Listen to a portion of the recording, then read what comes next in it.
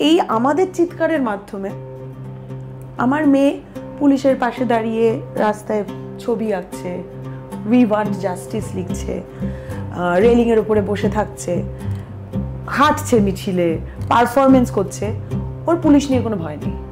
এবং আরও যে 5টা মেয়েকে আমি দেখছি তারা আমার থেকে বয়সে কম, কিন্তু আমি তাদের এত রেসপেক্ট করি, দেবপ্রিয়া, পুলমা, পৌলমী, শ্রমনা, এরকম আমি প্রচুর মেয়ের নাম বলতে পারি।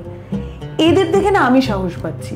এরা যেভাবে, মানে আমি তো শুধু আমাদের চিৎকার গোটা কাজটাকে আমি কম্পোজ করেছি, ঠিক আছে আমি ডিরেক্ট করে দিয়েছি, দেখ এইটা করবো, কিন্তু এটা আমার একার পক্ষে করা তো সম্ভব নয়।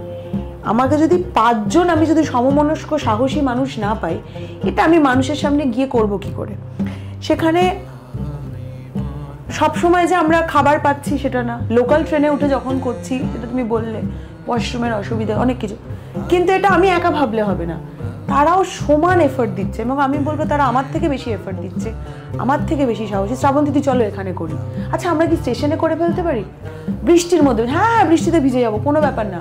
ভেজা পোশাক নিয়ে এক জায়গায় করলো আমাদের চিৎকার, ফ্ল্যাশ মব তো, হেঁটে গিয়ে আরেক জায়গায় করলো। এই সাহসটা কিন্তু ওরা আবার আমার মধ্যে ছড়িয়েছে।